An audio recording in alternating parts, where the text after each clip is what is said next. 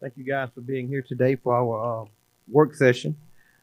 Today is September the 14th, 2021.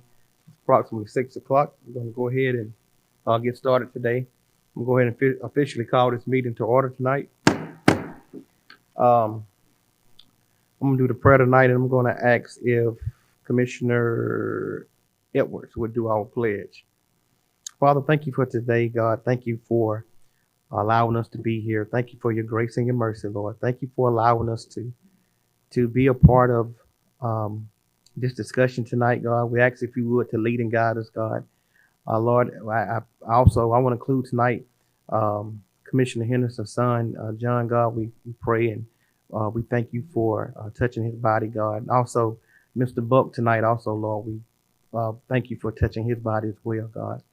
Lord, open our minds and give us understanding tonight as we talk about the county business. Lord, we pray for a special blessing over this county. Every citizen that live here, we thank you for them right now. In your son Jesus' name we pray. Amen.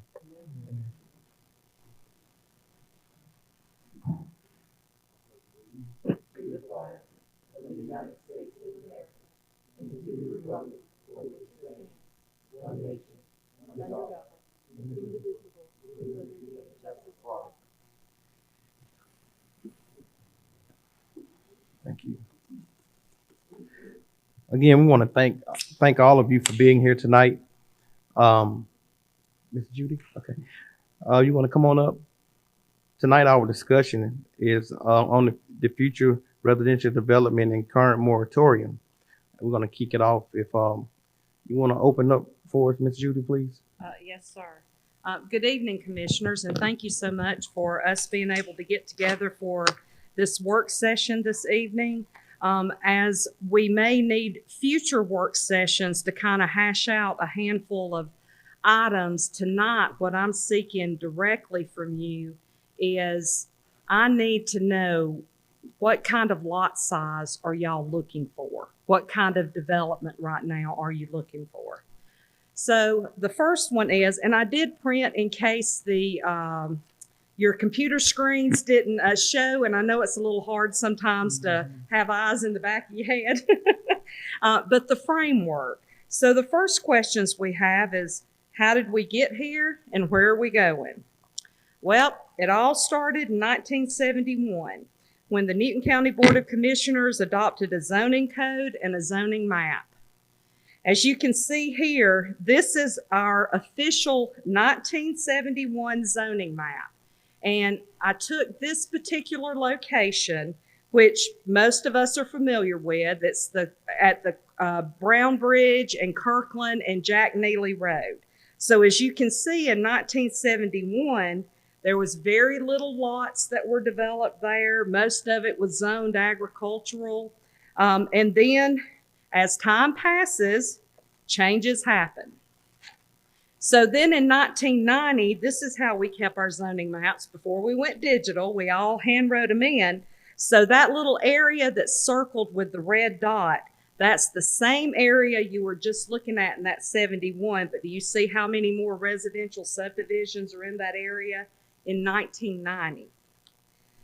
So, and then that was a two-part. We have the north side of the map, and then we have the south side of the map. And those are both the 1990 zoning maps.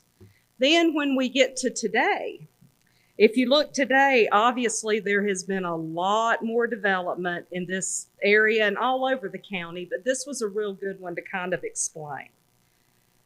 So on top of that, in this particular area and surrounding areas, the county went back in 2010 and then as well in 2013, and we put overlays in. And so you had what was allowed in 1971 for development. Then you had zoning changes that came through in 1990 for more development. And then we have development, and we've put in place some overlays that potentially allow for a lot more density than just the single family lots that we're used to. So, Miss Judy, yes, sir. Can you talk about the definition of an overlay, Oh, yes, sir. please? So the zoning, the overlays is a So you have your base layer of zoning, and that is what your residential lot is zoned or what your commercial. That's a base zoning. And so in the ordinance, the Board of Commissioners sought to add additional layers on top of that. So they adopted this overlay. They did an outline map. They did extensive meetings with people in those areas who own these properties or who could be affected by it. And they decided that, the board decided that the overlay would, while it allows for 3 residential single-family lots per acre, it also allows for mixed use by right, and we'll talk about that a little more in a few minutes. It also allows for more commercial growth. But the trade for that, you can have more density, you can get more development, but the trade is you have to develop the aesthetics. You cannot use regular vinyl siding for your home. You have to build with some type of either cement siding board or brick or stucco, those things that enhance the quality or the perceived quality of a home. So we established the Alman overlay, I believe, was 2010, and then the Salem overlay came in 2013. Now, mind you, during all that time, nobody was building. When the market crashed in 2008, I think in 2011, I think they issued 9 residential building permits for the whole year. So nothing was really going on. And at that time, it's when they decided to put the overlays in. Well, development really didn't kick back up until about 2014. And when it came back, as you guys are aware now, then we started applying these codes. Well, codes look great written on paper, but when you get ready to start applying the codes is when you realize where all of you don't have enough fingers to plug the dam. You know, you've got all of these things that are happening, and one of the things that happened is you can already get a lot size of 14,200 square feet, which is a third of an acre. You can get that lot size, but we didn't prohibit a developer, and mind you, developers are great people, but developers are there to take the amount of land, and I call it squeeze the land for as much development as they can get. That's how they make their money. So we didn't have anything that prevented a developer from taking advantage of what's called a conservation subdivision. So let's say you've got some floodplain in your subdivision and you can't build there, but you have 20 acres and 10 acres is in a floodplain. You can't build in the floodplain or the wetlands. So they want to take and put all the density in the 10 acres they can. So it shrunk the lots from 14,000 square feet down to 6,000 and 7,000 square feet. They didn't necessarily get more houses, but they packed them in a very small area. So this is definitely one thing as we move forward. If the end decision on the board is we would still allow 3 houses per acre in some areas, we don't want those loopholes to allow someone to squeeze in a lot more density and bank that unusable land. So where we are and where we're headed. The future land use map and the full comprehensive plan is due by June 30th, 2023.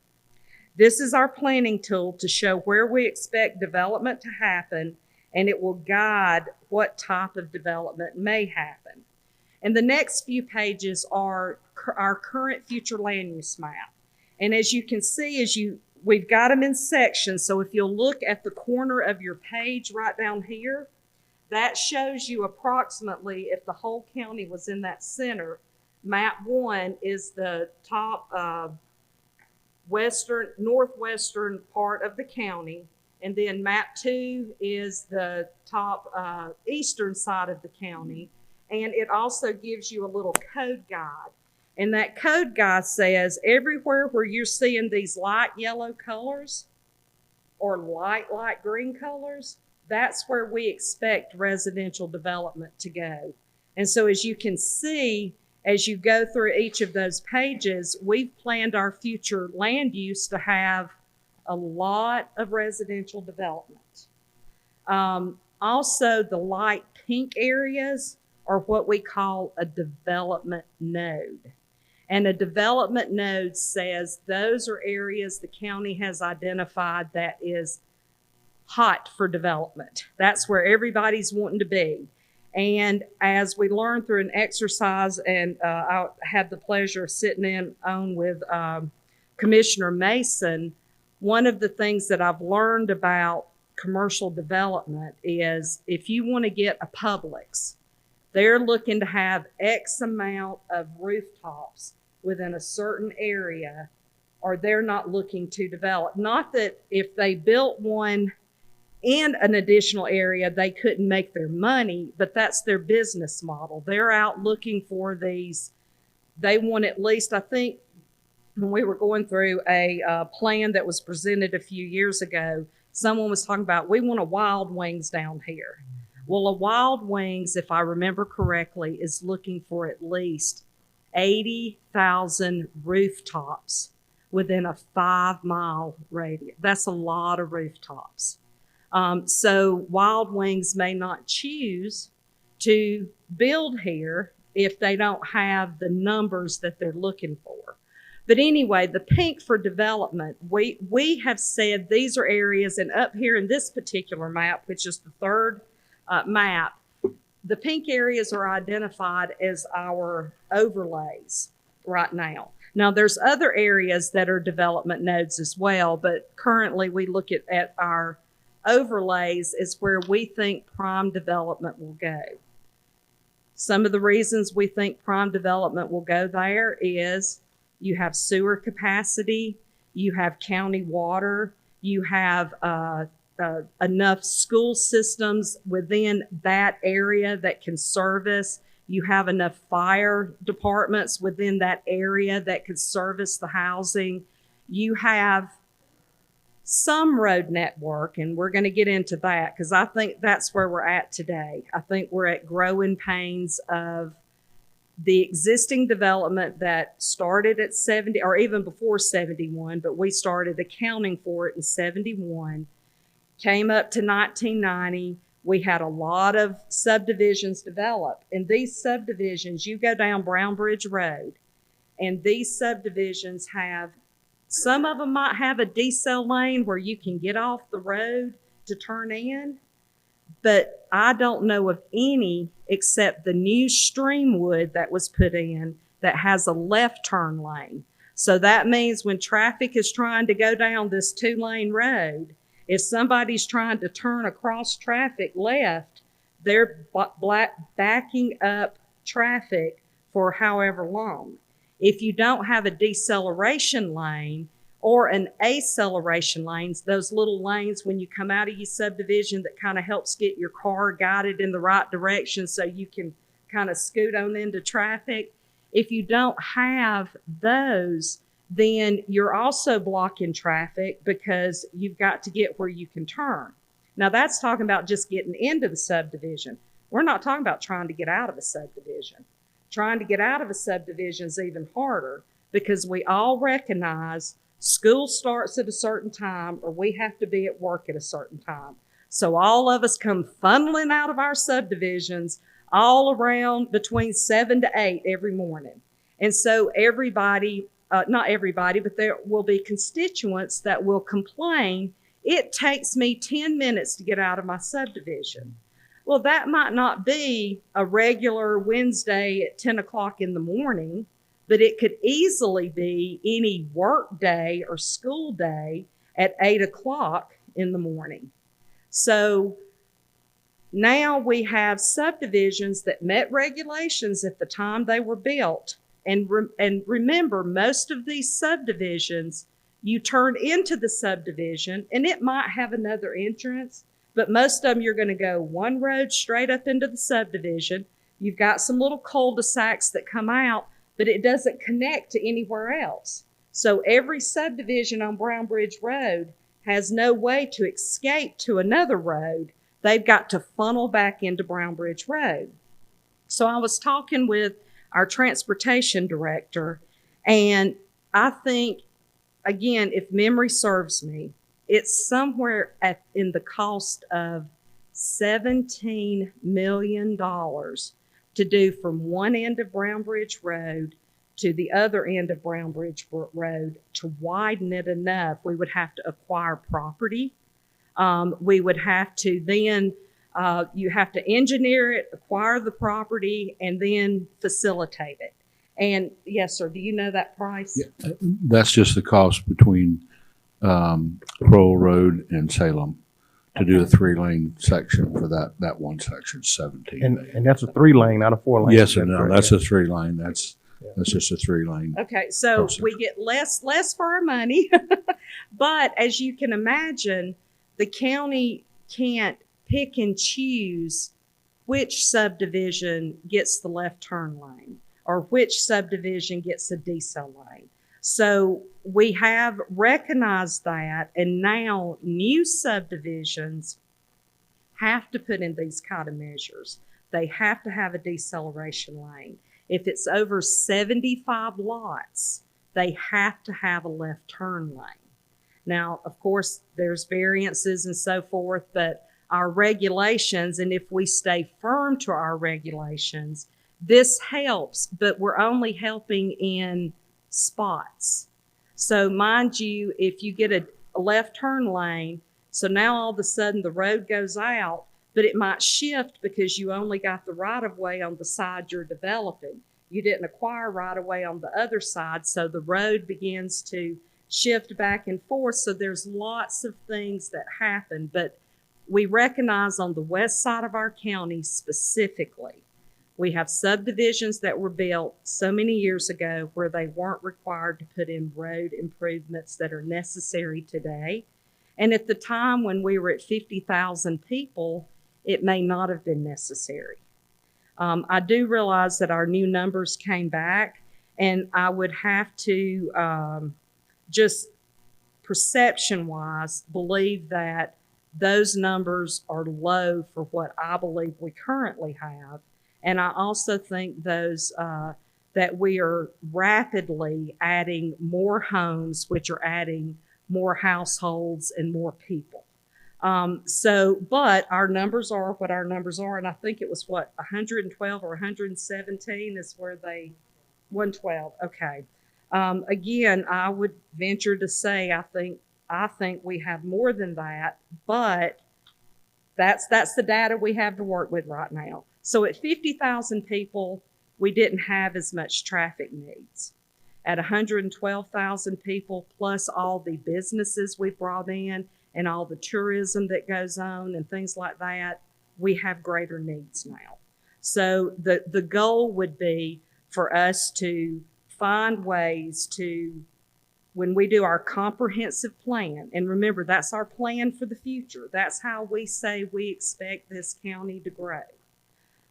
When we do our comprehensive plan, part of that is looking at your road network and where does improvements need to be made, and how can you get interconnectivity to these other subdivisions that may already be built out. Some we might be able to get. We have a development that's going over at the Kroger on Salem Road, and that particular development is actually going to have 5 entrances, which means there are 3 subdivisions that will be able to connect. One of the subdivisions, I believe, is Wisteria on Brown Bridge Road.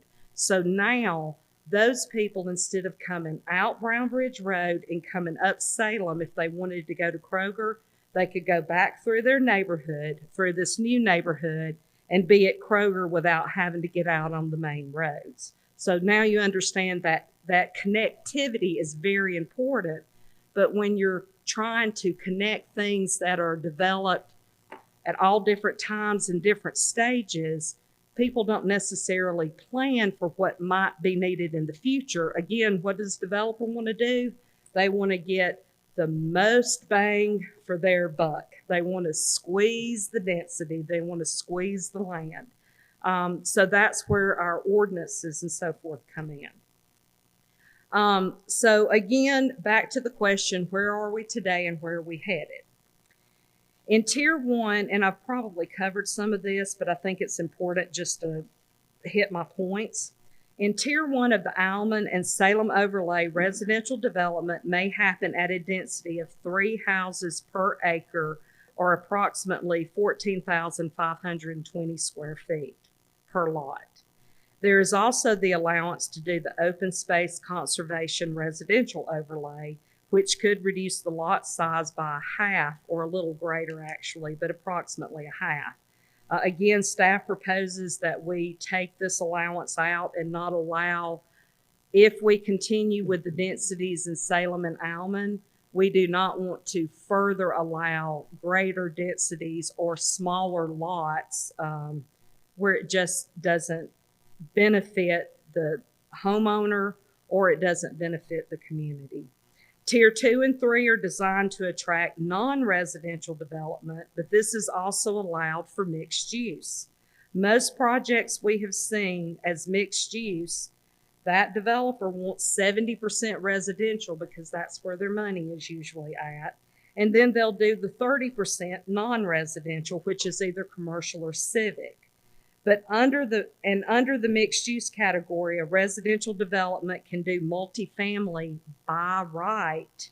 And that multifamily could be as great as 10 to 20 units an acre. And that is a lot of rooftops in a small amount of area.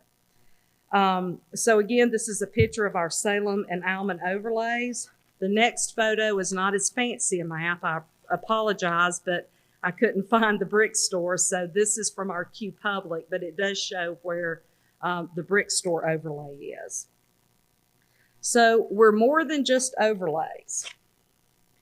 The next handful of slides, and I promise as soon as I get through this part, I'm going to open it up for discussion, but I kind of wanted to give a big overview so then we could start talking about the meat of it. So what you have is you're going to have every zoning district, and that's what's shown here. Right now, you can see those areas on the first map that are in dark green. Those are agricultural. Some of those are still farms that are used in our southern and eastern area, and even some down in our southwest corner, we have some farms that are down there as well. But these are lots that are required to be at least 10 acres in size, unless they request a rezoning. So what they could develop by right is they could not get any lots smaller than 10 acres in this residential district. The next little map is what we call our rural estates, and you've got to squeeze really hard to look at those. That has been a real underused category. It was supposed to kind of bridge the size of the agricultural until you got to the agricultural residential. And staff would propose for any RE lots that maybe we'd look at making those 5 acres instead of the, I think now they're allowed to be a 2-acre lot. But if we really want to do a step in between, or we eliminate this category altogether and you either are agricultural at 10 acres or your AR at whatever acre size that we set. Again, there's only 3 or 4 of these properties, so it's not like it is a big effect on a mass amount of land. The next ones are, and this is where all our residential development happens right here. In AR, agricultural residential, the minimum lot size right now is 1 acre. Except if you're in a protected watershed, which is the Alcovy, where's my watershed map? Alcovy, the Little River, Bear Creek, thank you, Shana, come on. Cornish Creek, I knew I have my backup here. And what's the one that's up north there in District 3? Is that, is it, it may be Cornish Creek. So every commissioner district has some areas that are under these 2-acre minimums. City Pond is one in District 4. I don't want to spin wheels on trying to remember all of these districts, but in AR, you're either 1 acre if you're in the Yellow River and South River, and you're a 2-acre if you're in one of the other watersheds that is for drinking water or more protected. It's not a recreational body of water. The other map that you have that's on the right-hand side of the page, this is our R1, R2, and R3. Now, staff proposes we condense all of these into one category. There is not enough differences between R1 to R3 for there to be, we require the same setbacks, we require almost the same lot sizes. One of them is if you're on a septic tank, you have to have at least a little better than half an acre, which is 25,500 square feet. So I think if we said if you're in an area with sewer, it's 22,000. We're really at this point, we're splitting hairs if you want to know the truth. So I would propose that we condense all of these into one type of residential zoning district, and all of those regulations be exactly the same across the board for it. There's only tiny differences that really, kind of like the RE, it just doesn't make sense as to why we would have said R1 here and R3 here. They're triplets. They're not identical triplets, but they all were born at the same time. So then the next, which I think is important in our discussion here, and it's going to be, you're going to have to squeeze your eyes to see the DR. We have very little, which is called like the duplexes, the dual residential. And some of those is over at where Kirkland and Salem Road meet. There's some older duplexes there known as Plum Orchard. We have a little bit of property off of the bypass down here near the city of Porterdale that was never developed with duplexes, but we have very little. And the map adjacent to it on the right-hand side is where your base zoning, remember this is our base, not what the overlays allow, but our base. Those are the only areas where we allow multifamily by right. So unless a petition was brought back in front of this board for some area right now outside of the overlays, you are not looking at a lot of land that's currently zoned to allow for townhomes or apartments. We're not looking at that. That's not what we're faced with. We are faced with that in our overlays, which we'll discuss. It's very important.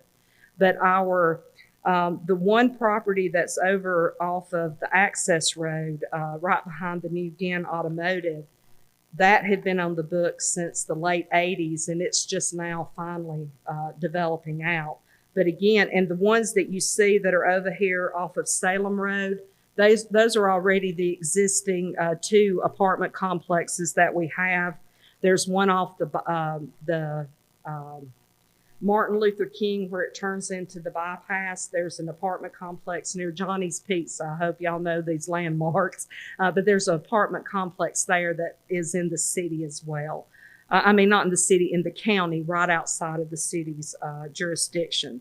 So right now, really it's our R1, R2, and R3, those zoning districts and our overlays that are really causing us the most problems with development, and not the development necessarily itself, but the impact it's having on all of the other existing development around it.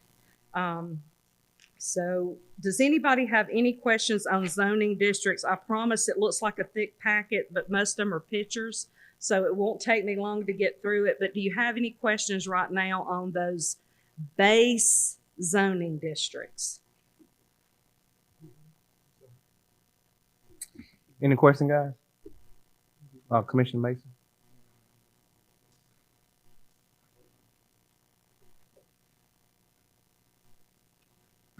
Thank you, Mr. Chair. Sorry, I actually wrote my questions down on my pages, so I got to go back.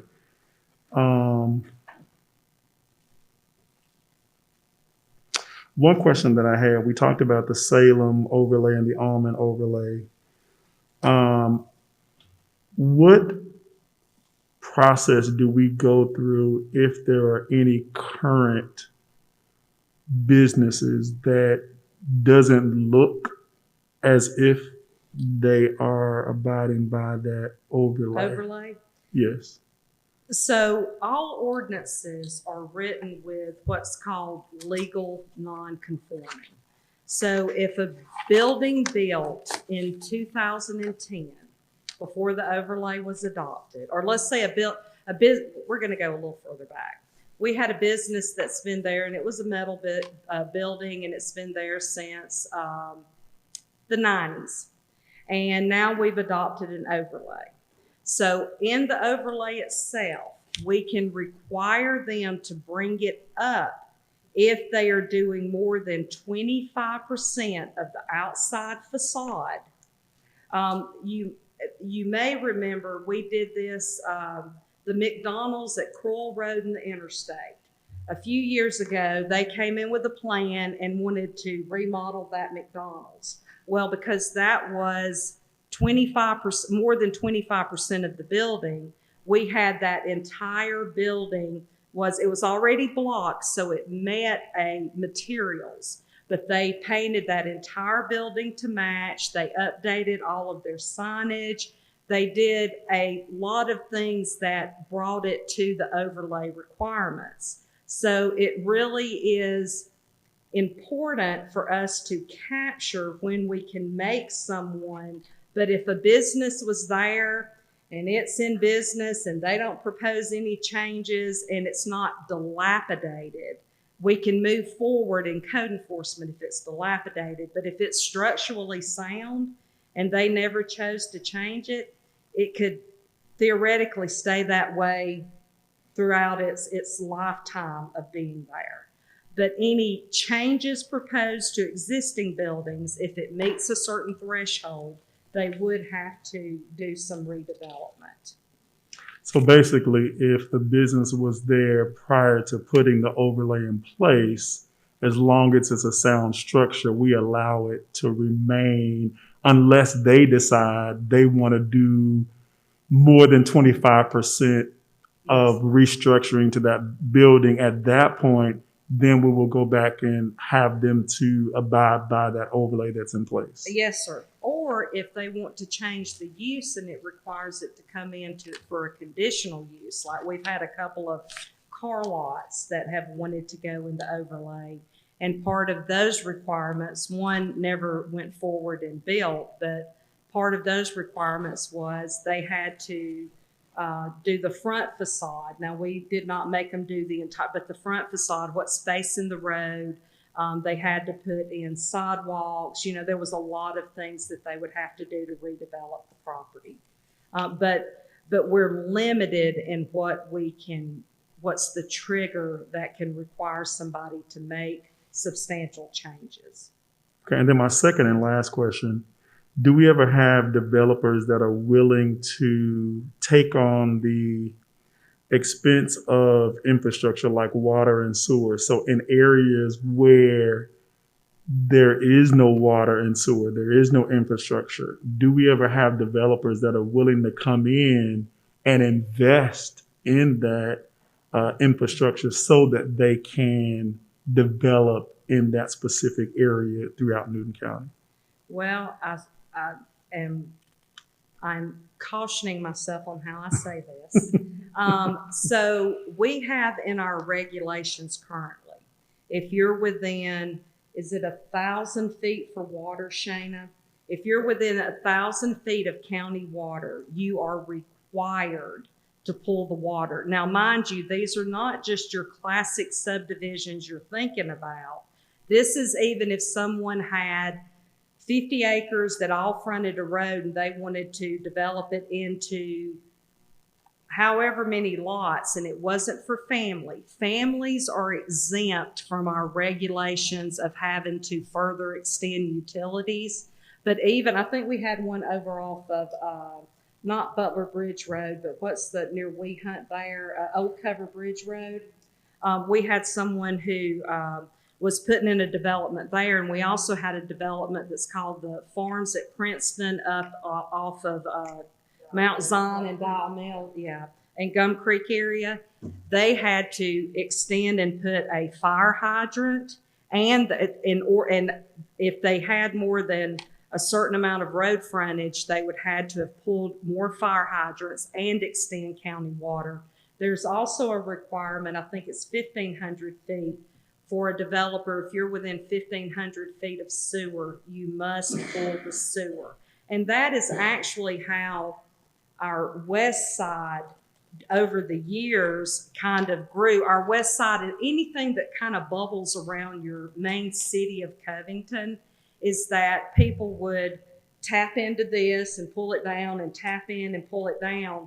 And the advantage that a developer has, if it's on sewer, is that generally they can get more lots. Now, someone's probably not going to pull it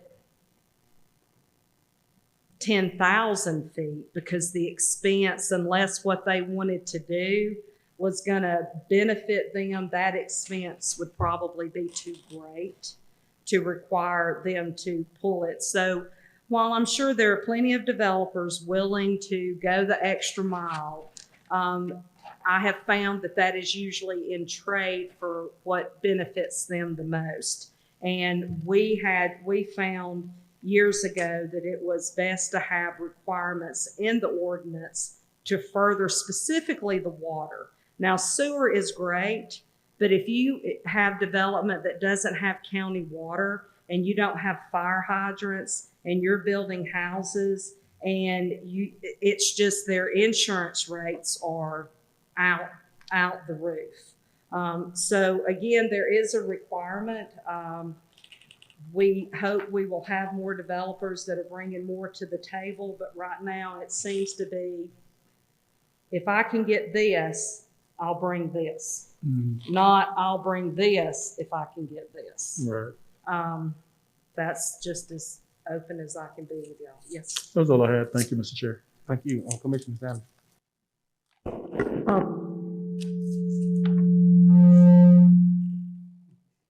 Had to pray over that. That's right. My question is, Judy, is about the acreage, the amount of homes that are on a lot. As you know, in District 3, it seems like it's about 12 homes on an acre. Mm-hmm. So that is my huge concern because the homes are so small on the west side. They're so close together, but when you go in other parts of the district, they're separated apart. So how can we legally, and that can probably be to the county attorney, what can we do to change that so that, because I get that complaint from a lot of the neighbors in the area of District 3 is that the homes are just so close together, like they're just packing them in there like cattle. Yes, ma'am. We do that by changing what we allow as that minimum lot size. This board has the right to look at any zoning district and set what requirement that you feel is best. And I do agree. I live in the city of Porterdale in one of the historic homes that I redid, and I own a whole 0.19 of an acre. And when I walk out my door, I can stick out my hand and touch my neighbor. I can hear everything that's going on inside their house. The other disadvantage, and again, if when you go to these planning, the AICP meetings and the American Planning Association and the Georgia Planning Association, a lot of planners are geared to develop, and they want, that's just how they're trained. And they want us not to just look at putting one house, but you should be able to do a little sublet house in the back. And that's how planners are trained. It doesn't fit every area, and those classic planning techniques fit better into cities than they do into the more the unincorporated area or the more rural areas. So we do have to consider the fair housing. We do have to consider that someone could come forward with some type of senior housing or something protected under the ADA. We have to consider all of those, but those are special considerations. That's not every development that we do. So that is, as we go through, I have a couple of proposals for y'all to consider on what you might want to do over the next year and a half to 2 years, specifically while we are re-updating our comprehensive plan. Because right now, we're kind of all over the board and stuff is happening and we're trying to stuff it back down here and we're trying to open it up here, and we just have a lot going on. And that if we can get our comp plan, go through all the exercises and see how where our development has happened and how we envision it moving forward, I think we have a lot better chance of keeping the small town charm of what is considered Newton. People I hear all the time, a gentleman mentioned he moved into Westminster because he wanted to be in the country. Well, you know, that's in our overlay and those are small lots. But for him, where he was coming from, that offered him a much more relaxed living. So I think that our citizens have been very vocal during our strategic planning, and even more now in a lot of commissioner meetings, saying, we moved out here for certain things, and how can y'all help us keep those certain things that we moved out here for, which is that little more laid back. You can get up on Sunday and drive down 278 and you might pass a handful of cars. You're not like in the Autobahn up in Lawrenceville or up in Loganville, you know, where you're neck to neck traffic. But moving on, because I know your time's important as well as everyone's time this evening. Judy, but before you move on, let me ask Yes, you sir. a question. But to make that happen, what Commissioner Sanders is speaking on, we had to make some changes to the overlay. Is that correct? Yes, we Okay. would have to make some changes to both the overlays and the base zoning, because Okay. if we go back to those maps, the overlays cover our like Crowell Road and Almond Road and access, and the Salem goes down Salem Road. But there's a lot of areas on the fringe that still have sewer, water, already a zoning that would allow them to get about 2 houses an acre. So we need, yes, sir, we need the Okay. overlays, but we're also going to have to consider some of our other districts. So Shana was so kind to work really hard this past couple of weeks to get with our. We got Yes, two sir. more. We got I apologize. Attorney Megan, then we got Commissioner Henderson. Yes, sir. Thank you. Thank you for all that hard work that you do. Because sometimes it seems like it goes unappreciated, but I do. What about these new proposed subdivisions we're hearing about? How some of the people in Newton County who own large tracts of land, et cetera, and stuff, who have asked for like the local governments to build a subdivision. It's I think close around or in the overlay. So how would that affect their property? Would they get less houses? Or could you give me a little bit on that if you could? Yes, sir. We currently have one last subdivision that had been in the works and having heavy discussions and had already started drafting plans. That was before the moratorium. One more, and that happens to be the Dobbs property. That is where the old homestead was off of Harold Dobbs Road. And they are proposing a overlay tier change with a civic component that, and I do need to get with you, Commissioner Sanders, in reference to some updates on that.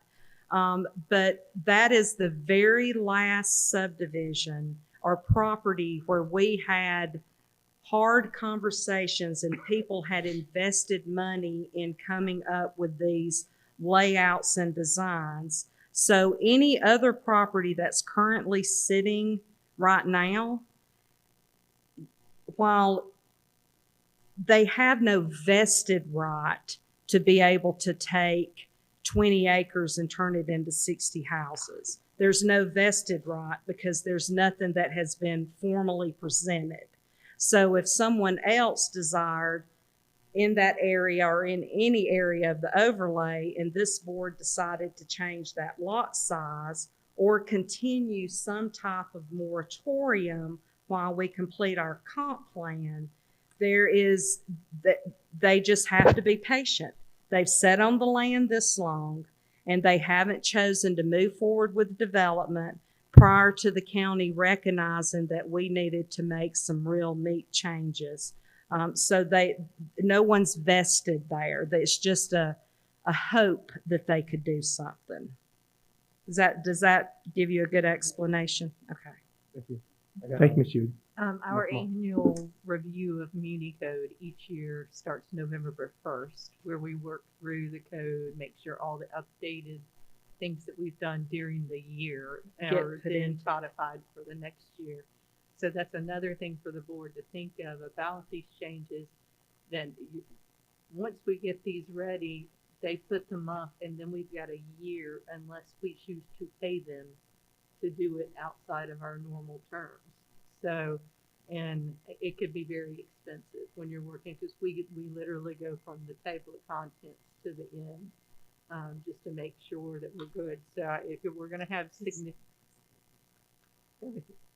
we good? Yeah, he's trying to find his phone, I'm sure. But that's something to think about timing wise too.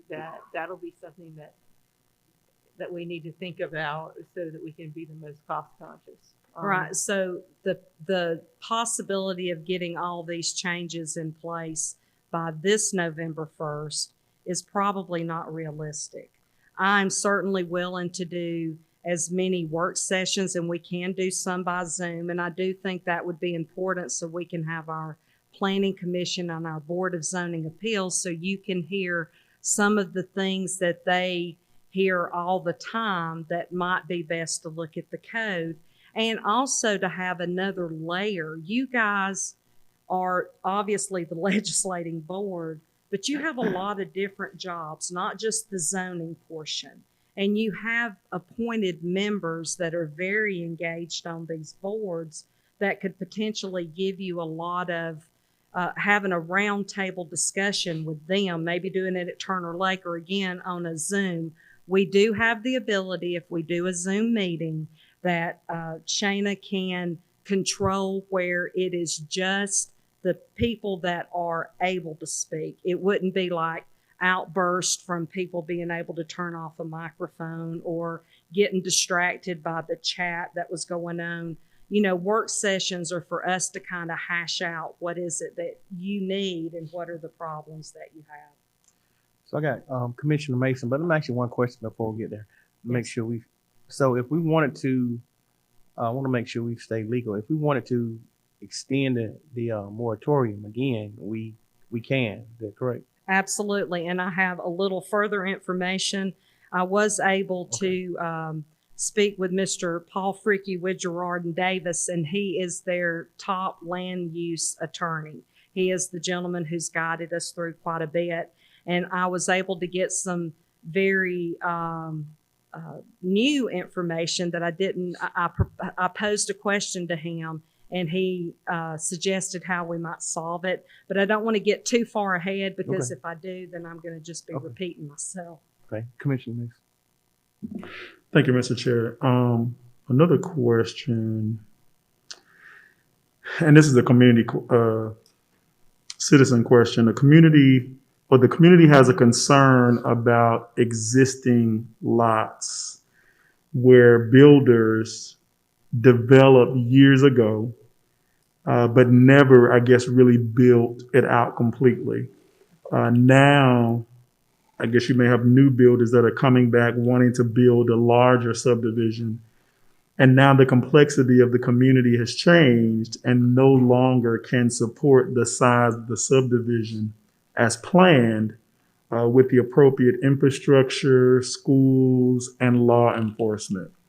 What are we doing to kind of help address that concern when these subdivisions are coming back and they're larger now? How are we able to really address those infrastructure, schools, law enforcement concerns? Because I think that's what a lot of the citizens are talking about now. Okay, and that's a great question.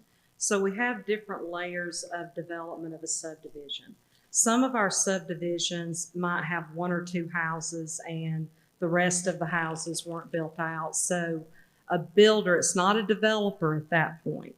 So now these are on the tax record buildable lots. So a builder gets to go in and pull a permit if they have everything that they need. Now that's if it's already had a final plat and broke out into all of these little bitty lots.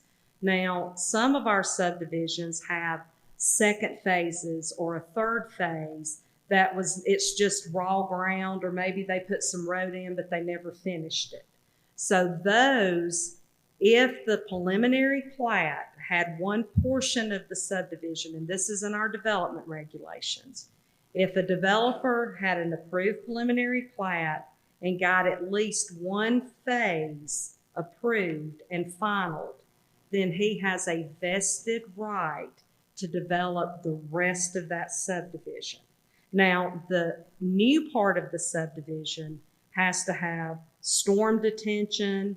It has to have whatever our requirements would be. But some of the things that might not be right now is it didn't have a left turn lane. So now are we able to go back? And I will explore that because I do believe there's a possibility to get it. We just don't have it in our regs right now. But they can finish that subdivision because they vested it once they completed that first section or the first two sections or so forth and so on. Now, the one thing that could prevent that from happening is if you had one way in and you had 200 lots and only 100 lots was developed and we're looking at putting 100 more, the fire code could say, it wouldn't be zoning, but the fire code could say, unless you can provide us another means for safety, then the fire wouldn't sign off, therefore the plat stays. Now again, everybody can challenge, and it might be something that we have to negotiate numbers or something, but there is ways to prevent what would be a life safety issue in the future. And we have a list of the subdivisions. Another project Shayna's worked on for me. We have a list of the current subdivisions that have these other phases, and we will be getting that information to you. We also have a list of 26 subdivisions that were planned back in the day, one of them being one that I believe it's in District 1, Jacks Creek. Jacks Creek is a subdivision where the first phase they went in and they put in all the road network, they put in the detention ponds, they extended water lines, they had perk tests for their septic tanks, which now it's not perk test, but back in the day it was. They had everything ready for a final plat, but then the market crashed and they never did the final plat. They also had a second phase. I think there's 39 lots or so in that first phase. They also had a second phase that would have put them over the number for a single entrance, number one, okay? So it had a preliminary plat. They had a land disturbance permit. but no part of that subdivision became a final plat. So now they're back at step one.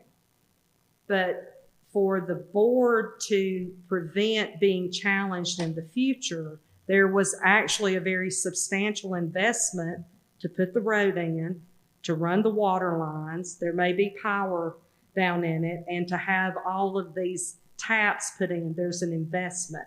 So we have a list of 26 subdivisions that were in some stage of development, or maybe they just got approved and never even turned a blade of dirt.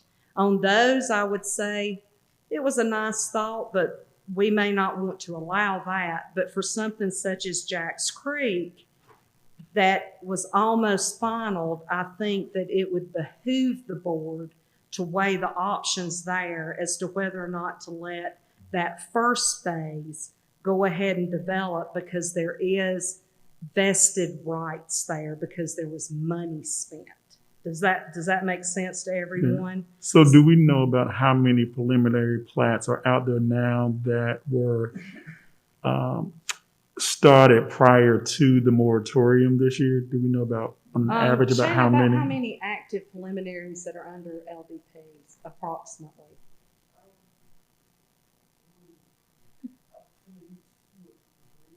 Yeah, we don't. We don't have a lot of brand new developments that came in. We could certainly pull what's up. I will say right now, because the building and developing is a hot item right now. When people get approved, they're pretty much getting right on it and getting it. I will say Westfield is definitely one of those subdivisions. Westminster? No, Westfield. Oh, I don't know. Westminster has the second phase, Right. but Westfield is going to be up on Salem Road behind the Kroger. Okay. And that development is going to have the large houses, then some smaller cottage-style lots and houses, and then a handful of townhomes. And then it has 30% of its land, some already developed for commercial, but then looking for other commercial development there. So that one, you should start seeing, we've got 2 model home permits, I know, in that subdivision right now going up. So when do we, one last one. When did we actually start? Because I do know that there is one subdivision where they, in District 2 off of Brown Bridge Road. Crescent Place? No, you're Bailey Glen. That's correct, Bailey Glen. Bailey Glen. Where they started out, it was, I think it was maybe like 20, 30 homes or so. We talked about it in 2019 when the new builder came before us and they wanted to put the garage on the front versus on the side. Right. They did promise me that the homes would look exactly or very, very similar. I don't think they do, but neither here nor there. There was 11 homes totaled when they began in that subdivision. And I agree, the new style of houses, new color palettes, new materials, but they also meet the overlay where some of the existing homes probably didn't meet not all meet, because I think they had vinyl siding and maybe bricking on the Yes, front. they did. Yeah. And But then nice homes, substantial homes. Right. Yes. But then there's townhomes in the back that I don't ever recall us having a conversation. That was part of their preliminary, that was part of already their first phase. They just weren't built. On Skipjack, there's only one road on Skipjack, and that's the only townhomes that will be part of it. There's a second phase of this that they're raw dirt. They haven't put anything in. But there's another phase, and it will eventually, they're looking to connect it with Crescent Place, which is over off of Salem Road. Okay. So Crescent Place is another subdivision like Jack's Creek. It was right up to the end. There's X amount of lots in there, all the roads in there. It's held by an investment company, and when they get the right builder for it, right now it could not move forward.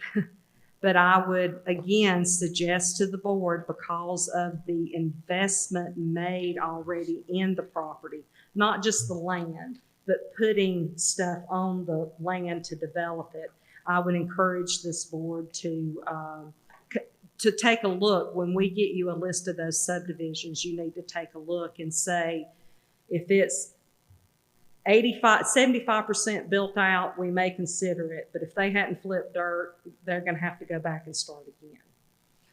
That's all I had. Thank you, Mr. Chair. Thank you. I got Commissioner Sanders, but one I didn't see you, sir. Let me get Commissioner Sanders and then I come to you. But before we go to Commissioner Sanders, you don't want to make sure that we're on the same page. Yes, sir. For the subdivision that's already plotted and they got the approval and everything, but it's been sitting for forever, and there's several throughout the county like that.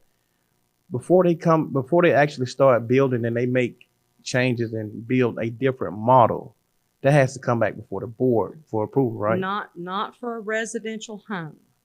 Only if they were adding more lots. If they were changing the layout or wanting more density, that's the only thing the board has the right at this time to guide. And while we do have the right to guide some structure home requirements, there is House bills still going through that is going to prevent local governments from saying you must use this material or you must use that.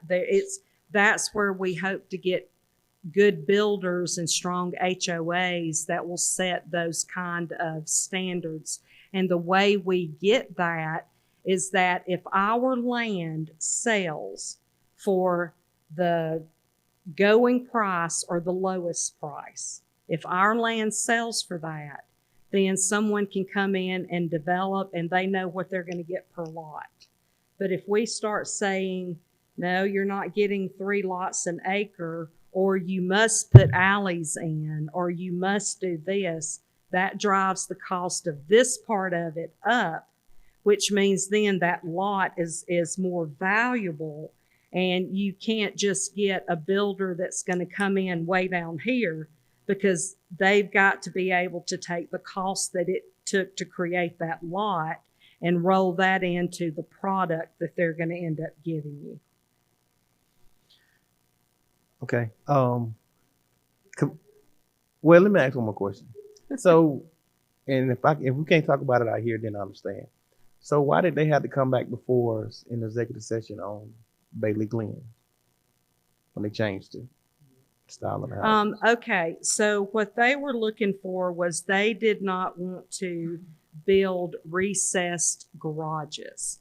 It wasn't that they just weren't willing to not do a side entry. They said, in the overlay, we say, if your garage faces the front, if you're a front facing, if you're a side entry, it doesn't apply. But if you face the front, your garage cannot be further out than the home is. Like, it couldn't be a snout house. Some of y'all may know those long garages that are the first thing you see when you're coming down the road.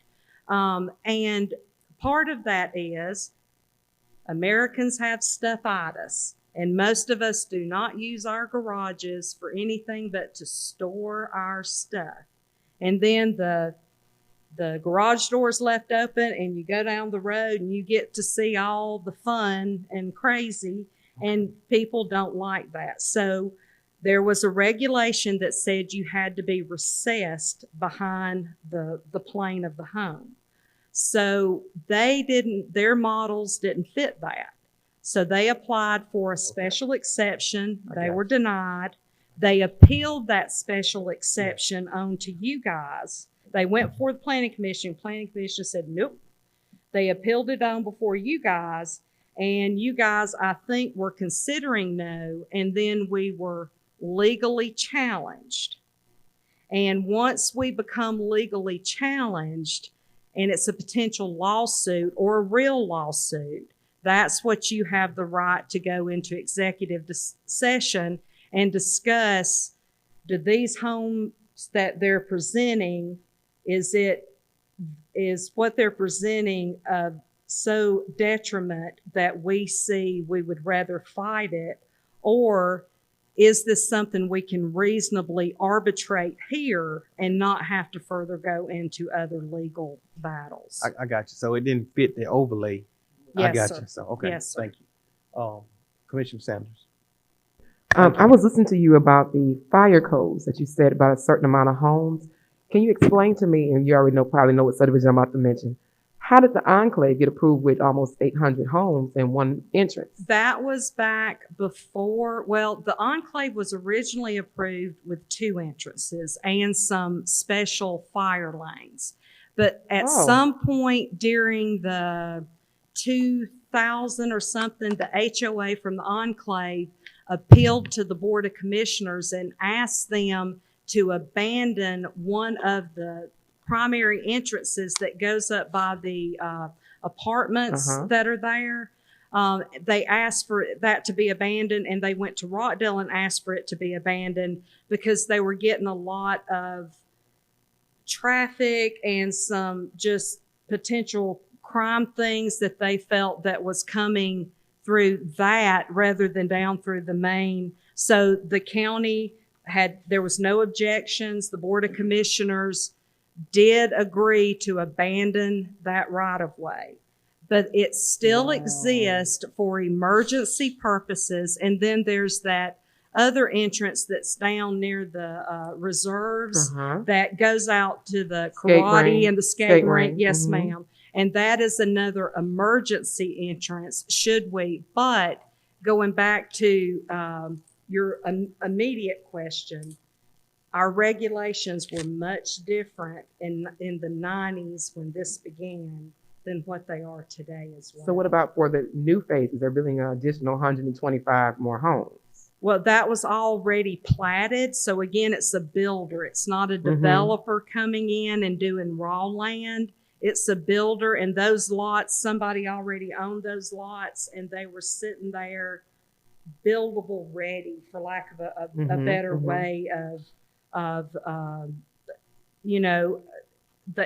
they have the right to build lots that have already been platted. Okay. So they were approved for 2 entrances, and the board in 2008 abandoned it, and they closed the second entrance. I don't remember exactly the year, but I can go and look that up because I did pull that information when there was a lot of questions coming back and forth with the road network and emergency entrances. Yes, ma'am. Because the issue now is about safety now, because some of the citizens in the back are being abandoned, or they're getting stuck back there because of the building, or if there's events, they can't get out of their homes or get to their homes.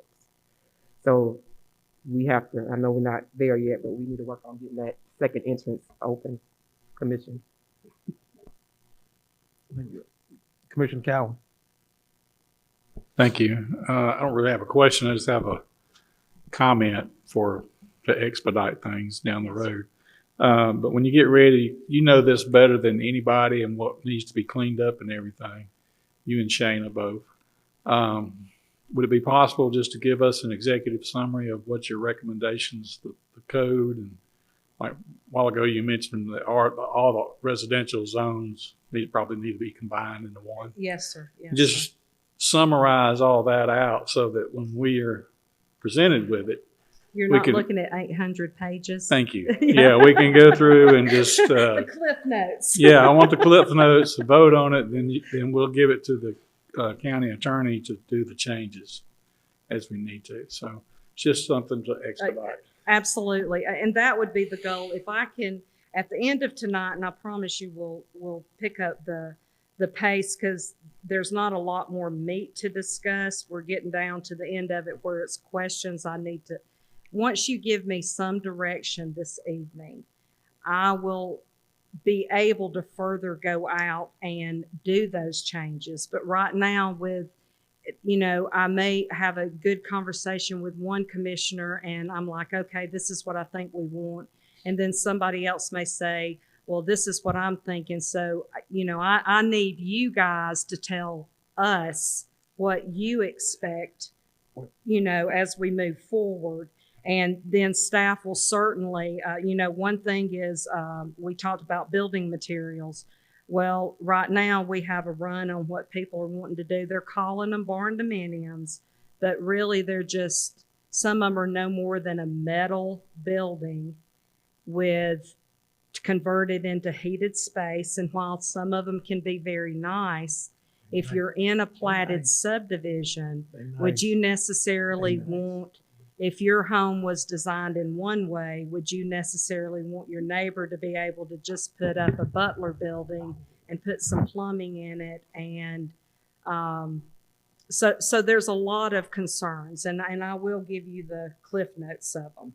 So the next few slides are just showing you guys lots. This is a map, and they did it in a color coded so we can kind of see. These are the entire county that are 50-acre lots or greater. So it kind of gives you an idea of where some of our big chunks of land are. And when we say vacant, that means that there's not some type of structure or house. Now, some people may own a big farm and have a house, but still might sell it. So this is not all inclusive, but I think it kind of pushes us in the right direction. And then the next map that we have is broken down by commissioner districts. We have shown you a map of your 20+ acre lots. This is District 1's. You can see where there's at least lots of 20 acres or better. This is District 2's, where you can see there's identified lots of at least 20 acres or better. District 3, where we have available potentially lots to develop. District 4. And I was really surprised on this one because of so much land that actually falls within the city's limits. But there was a good bit of available land in District 4, and I think that kind of surprised me. And then District 5 here shows where there is available land. Now, not all of this land may be scheduled for residential development. Some of it may be commercially zoned or planned for future industrial, but at least you kind of have an idea broken down into your district where these large pieces of land that do not show a structure. So what's next? It's all up to you.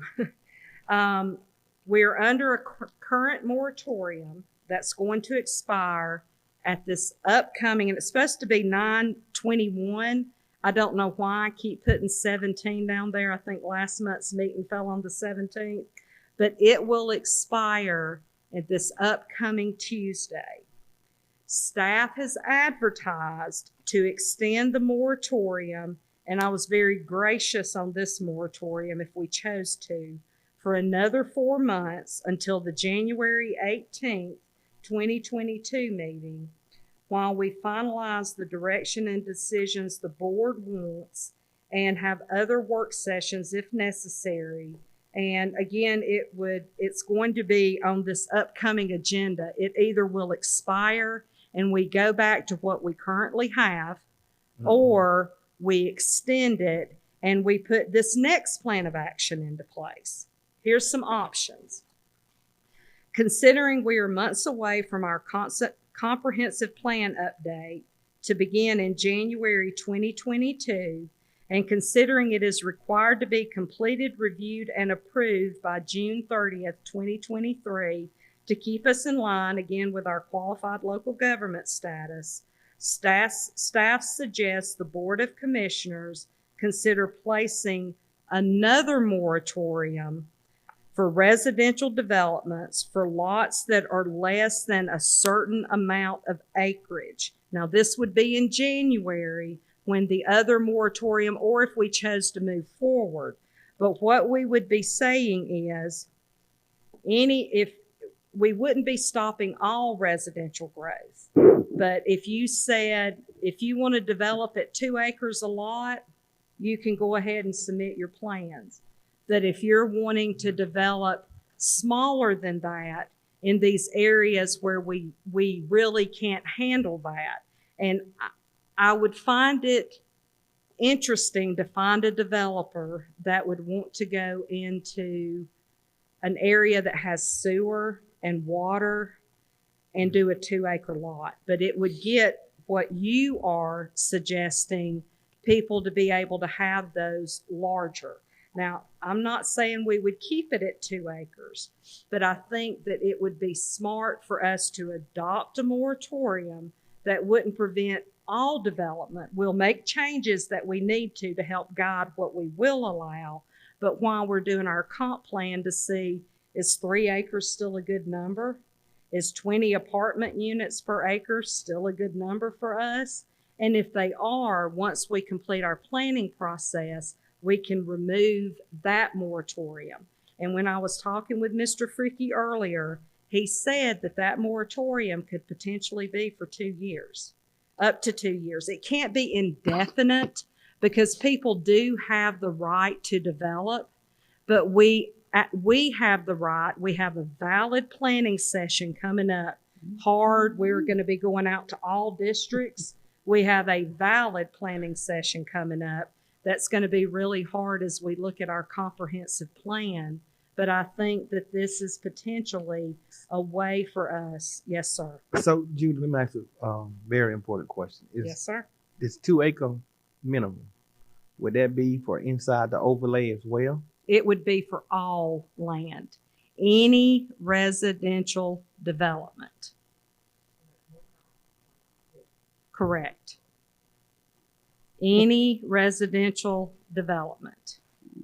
And that way it would not prevent someone the right to develop, but it would certainly help us address the density issues that we have right now.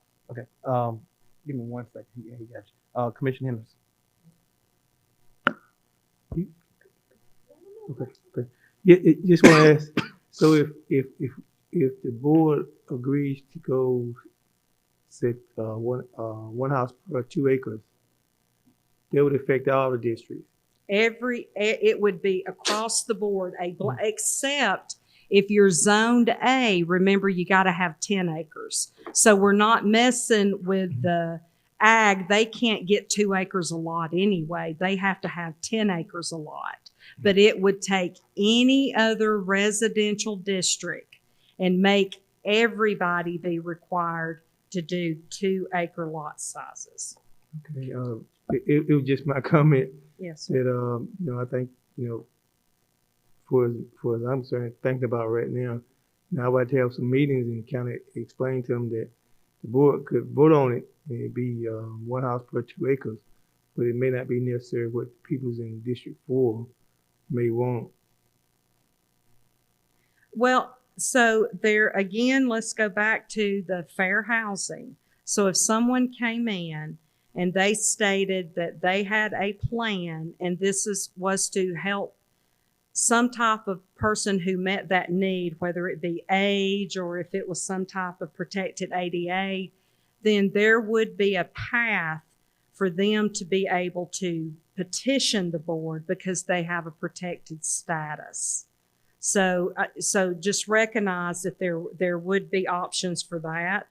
There would also, and my suggestion this evening is not that we keep 2 acres forever, but I certainly think we need to put something in place while we are visiting our infrastructure network. Where do we have fire departments? Where have schools been planned? Do we have enough police protection to be able to cover? And so my suggestion would be the moratorium would read that if you want to develop less than this amount, if you wanted to develop 1.99 acres or less, then you would be under this moratorium and you would not be able to move forward until after we complete the entire planning process. And then we can revisit what do those numbers need to look like. Yes, ma'am. I just want to say this last question, Mr. Chairman. Most of the people who own property have owned their property for years and years. And I just myself personally don't feel good about telling them, so well, you can't develop your property, you can't sell your property for the best and highest use of for its cash or whatever. And I understand, but I think one size doesn't fit all. And that's a very valid point. And I think that's why I am suggesting we do it as a temporary number, which would allow some development to start, but it would allow this board to do more of its planning exercise to see. Now, in saying that, if you have properties that are on the fray of another municipality, they would have the right to seek annexation. So that is something that you need to be aware of. There is the potential for the city of Covington to grow. There's the potential for Porterdale to grow further. There's the potential for Oxford or Social Circle. That is something, Mansfield or Newbern. So you have to weigh that. But this is, and I think the goal would be to have everything completed before next November, so it would be ready and sitting there to go into the codification. So I don't think we're looking at this being a permanent action, but I do think that we're looking at, I do think this is a potential. Now, if y'all want to say you want to do it 1 acres, then that, we're not setting that tonight. We will work toward what those numbers, and I agree with you, Commissioner Henderson, in the fact that I think we need to have those hard conversations and open it up so property owners, developers, and builders have some type of seat at the table to discuss with you what are you planning on giving us?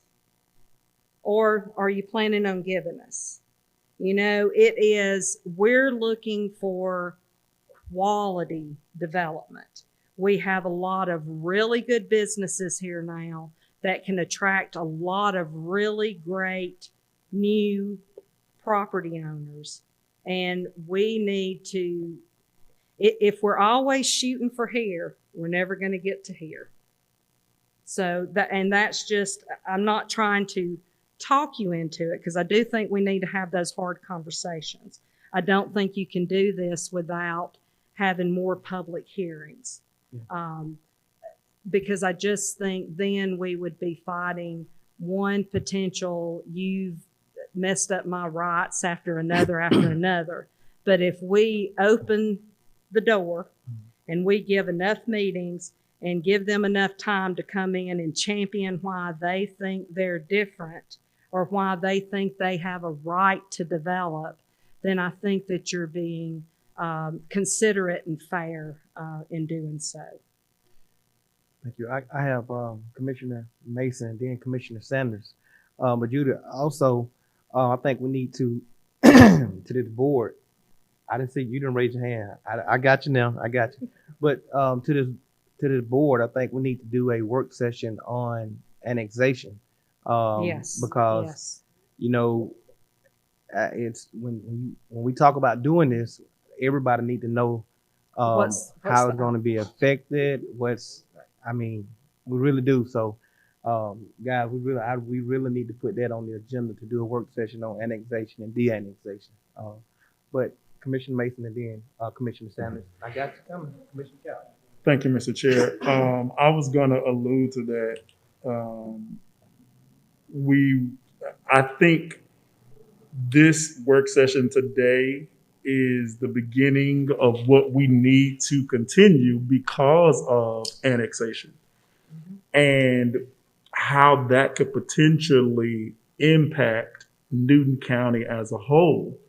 Because if we don't have a strategy in place, if we don't have a comprehensive plan in place to know what we're going to do with all of the land within Newton County, that does leave the door open for things such as annexation. And so I think this is very important. So I'm glad Mr. Chairman brought that up, because that is definitely what we need to do. I was going to ask too, in addition to that, we had talked about a 2-acre minimum.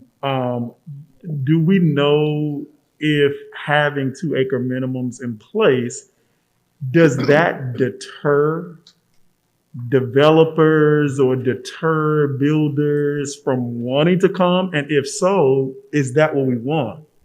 Well, and again, I think that is something during the planning process we need to decide. I think that right now we're residential heavy and commercial or business side less. Right now we have a lot of bedroom community. So I don't know that it would prevent people from developing, but again, it is going to drive up the cost just because of the amount of land, the amount that it's going to take to put a road network that stretches these lots rather than condensing it and having a small little area. It's more money to put in the water to extend to these areas. So I definitely think it will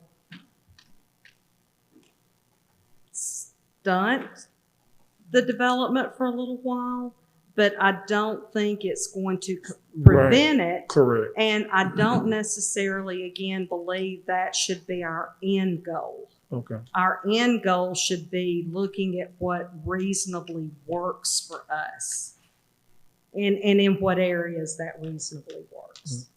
That was my question. Thank you, Mr. Chair. Thank you, Commissioner Stanley. Judy, my concern was, and I'm glad you mentioned this 2-acre minimum because it will help. I know District 3, it definitely will help and stop some of the growth because we don't have the infrastructure to hold a lot of these homes. Salem Road, Brown Bridge, Qual Road, and all the building that we have coming now, over 2,000 to 3,000 homes that are coming more in District 3 Yes. alone just this year. So we don't have the road system to house all these individuals. To say it may be 3 or 4 people in one home. So that's thousands of people that's coming into one area. So this 2-acre minimum will help slow down the process in a district that's growing. As you know, a developer just came to me recently, want to put 192 more homes on Fairview Road. Fairview Road cannot house that. So this would help that process. And they want to do about 3 or 4 homes on an acre. It's not gonna, it won't help. It'll help slow down the process. So I hope that we do consider that because it will help those areas that need to slow down until the state can come in and fix these roads. Yes, ma'am. And Chairman, if I may, before you go to the next comment or question, and you're exactly right. I want to also remind this board that over the next 2 years, Salem Road will be widening. So we're going to be going through growing pains. Starting this Monday, I believe they shut down the access road here where the bridge is going to be out for 9 months. Then we also have, which I'm not sure exactly when its timeline starts, but we have all of that Kroll Road realignment. So a lot of these are areas that service our current community. And again, not bringing up my great little city of Porterdale, but anybody will remember before that red light got put in at 81 and Kroll Road, it was a nightmare to try to get through there. Now, you would have thought everybody was happy when construction happened. Guess what? They were not. They were angry. They were mad. They were put out. They had to go other roads. But as soon as the red light was finished and the development was finished, so I want to remind everybody, we're about to go through some major growing pains. And while the end result is going to give us a better desired road network and product, while it's going on, don't think our constituents, your constituents, the county's constituents are going to be happy. They're going to be frustrated until the development is completed. And that is even one more reason to consider doing this while we're in our comprehensive planning. All of the timeline just kind of works together right here. Thank you, Commissioner Cowan, and then Commissioner Henderson. Thank you, Mr. Chairman. So, Judy, I guess what I'm hearing is we need the time, we need the break. We need to slow it down a little bit to get our feet up under, but we can't cut off all development. And if we go to a 2-acre minimum, that's going to slow growth in districts 2 and 3, which I don't even no offense to anybody, but I hate the traffic out there, so I try to stay away. But it would, District 5 and I think District 1 have got 2-acre minimum lots available. And I've noticed in the area that I live, more and more developments happening on those 2-acre lots. So people are building them there. They're still building homes. So it won't cut it off, but it may help in the areas that need some help. So I'm not a proponent of stopping development. I am a proponent for high quality development. But we need a break. We need some breathing room. And I was telling the chairman earlier today, we've done over 100 more closings this year than we did last year, right at this same time, in selling properties. That's a lot of real estate. I'm tired. Well, and moreover to that point, while it may give us a small reprieve or a little fewer new projects, we still have all of these projects. The Westfield development that's coming in. You have the rest of the townhomes that are going to be put in at Kirkland and Jack Neely. We have Westminster's going to be. So there are still a lot of available lots. It also helps us fill in these other areas. If a builder's looking for a lot, they're going to start looking at so it helps us get our subdivisions fleshed out before we just add shiny new toys onto it. Just a quick question. This will not affect any commercial No, development. this is for residential. If somebody if they need a 0.9 acres for a Taco Bell or whatever, and they want to build it in Salem Road area, it won't affect that. No, what Okay. I am proposing is strictly geared for residential. Okay. Now, if the board wants to further explore, that's up to you, but to be quite honest, I think the more we grow our commercial and industrial base, that is what helps our overall budget and tax records, and it doesn't put a drain on the services like the residential needs do. Let me follow up. Residential. How long do you need the moratorium extended? Well, this upcoming Tuesday, we would ask that you extend this current moratorium to potentially the January 18th, 2022. During that time, there will be other amendments coming that's going to help us. We'll look further into if you're doing a second phase, can we require that left turn lane? Those kind of things. So there will be amendments. But then in January, I would propose us releasing the total hold and going toward that minimum lot size and having that with the goal to have it completed before September, because if we don't have a goal of September, then we're not going to get it wrapped up in October to get into the codification in November. So that would be what I would suggest. What's going to be your recommendation to the board for lot sizes? Is it going to be the 2 acres or the 1 acre? Well, I think It's gonna be 2 two. acres. I think 2 acres keeps it in line with any watershed. I think it makes it fair across the board for all districts, is what I think. Okay. Commissioner Henderson. But you make those decisions, not me. You're absolutely right. How long might it take, I guess, for the, once the 2 acre minimum, how long are we gonna be at, I guess it did, how long would it take to get this? To get it completed, Yes. possibly no more than 9 months. 9 months is what 9 months.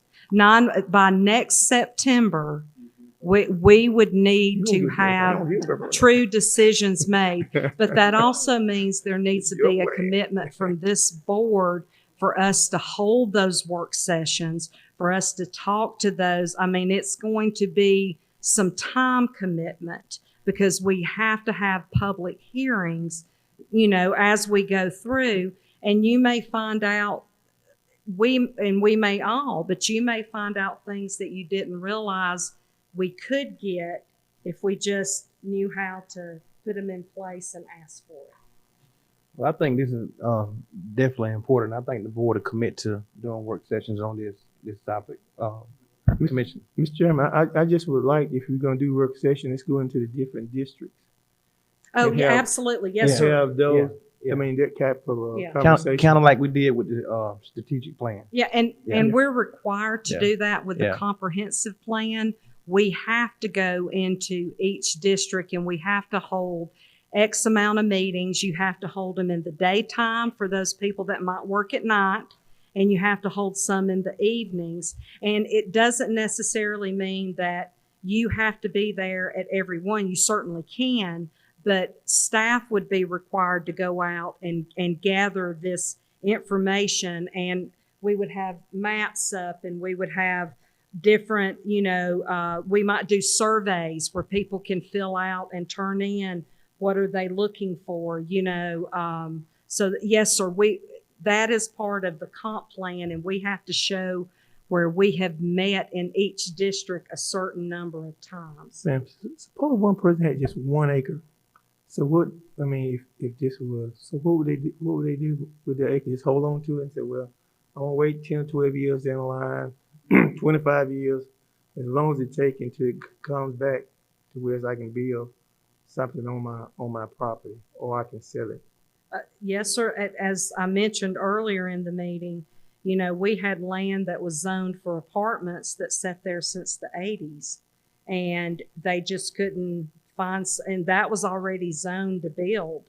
And we have lots of people who hold on to land. We're just at a turning point in our county where a lot of our old farmsteads, those families are passing away, and their younger generation maybe moved away and don't have a real desire. And so a lot of as you could see in that first 1971 zoning map, all that was ag, except for a handful of houses. And now you can see it's all developed. In rounding up, and I keep turning my pages without doing this, in rounding up, and then we can either briefly go over the amendments that is coming on Tuesday, or y'all can read them and shoot me any questions that you have, because I don't even know what time it is. It's behind me, but it's 7:39. Okay, well, it's in front of me too. The next few We got one more questions. question. Yes, One more sir. question. Commissioner Henderson.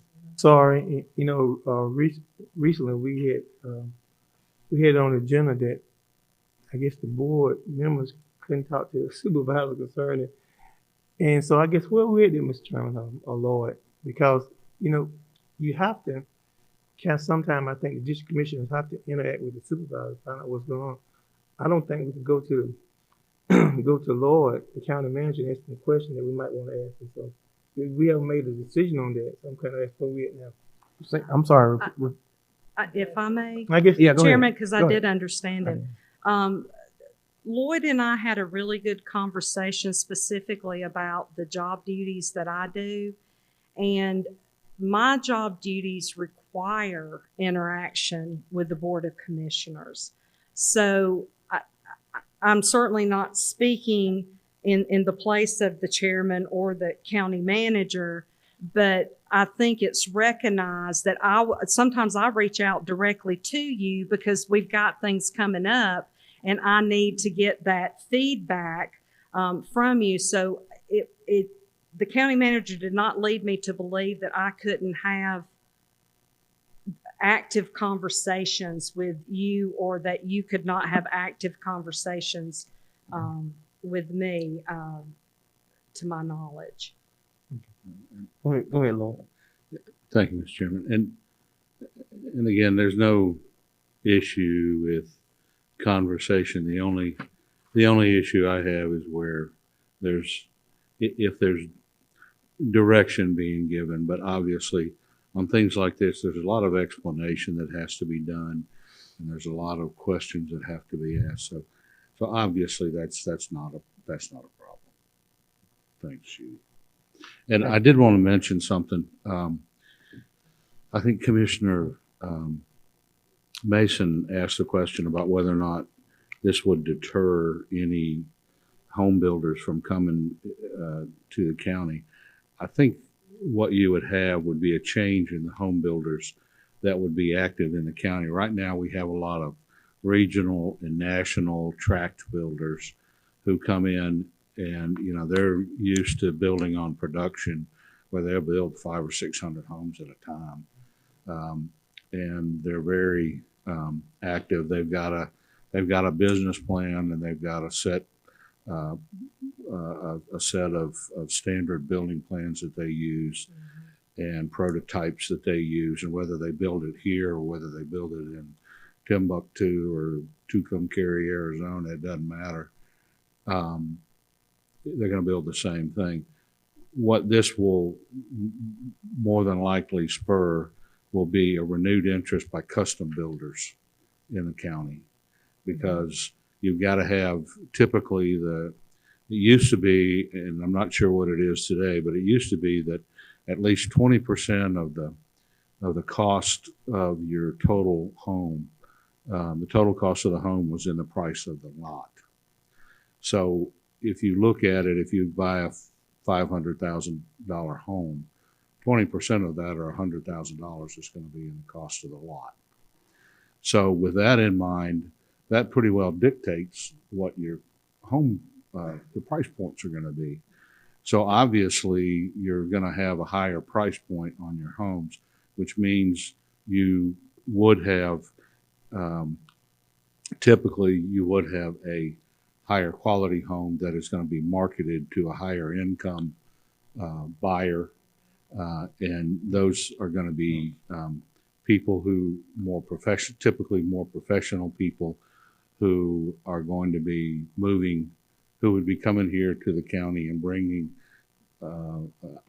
maybe higher levels of expertise and professional backgrounds and things that would help to boost our county. And I think that would be, I think that would be very, very positive. Obviously, as Judy said, there could be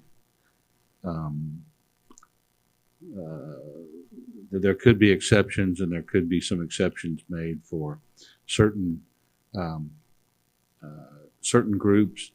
But I think if you look at our housing stock now, we do have quite a bit of affordable housing. We do have quite a bit of housing for the aged. We've got housing for active seniors. We've got just regular senior housing. We've got